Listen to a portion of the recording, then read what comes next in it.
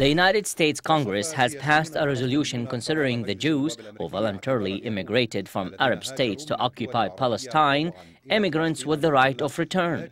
Palestinian politicians describe the United States resolution as very dangerous because it implies a comparison between the Palestinian refugees who were forced to leave their country and the Jewish immigrants who voluntarily left the Arab states. They further said that the new resolution comes in the context of the ongoing United States policy, which aims to eradicate the Palestinian refugees' plight and their right of return. In the U.S. political bazaar, everyone here is flirting with Tel Aviv at the expense of Arabs in general and the Palestinians in particular. The U.S. Congress has approved a new resolution considering the Jews who immigrated from Arab states to occupied Palestine refugees with the right of return. The resolution comes after U.S. presidential candidate and Republican nominee John McCain called for the transfer of the U.S. embassy from Tel Aviv to Jerusalem.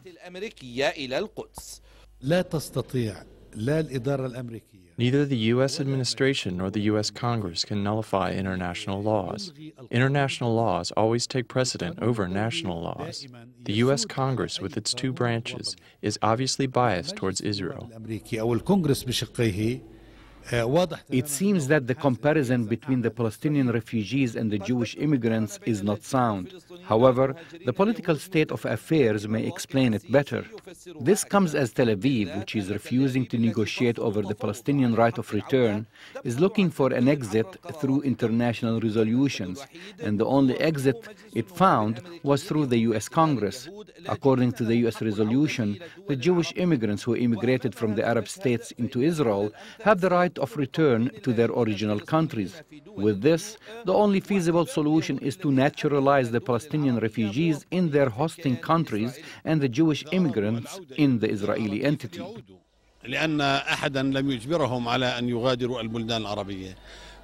If they want to return to the Arab states, then let them go back because no one forced them to leave the Arab countries.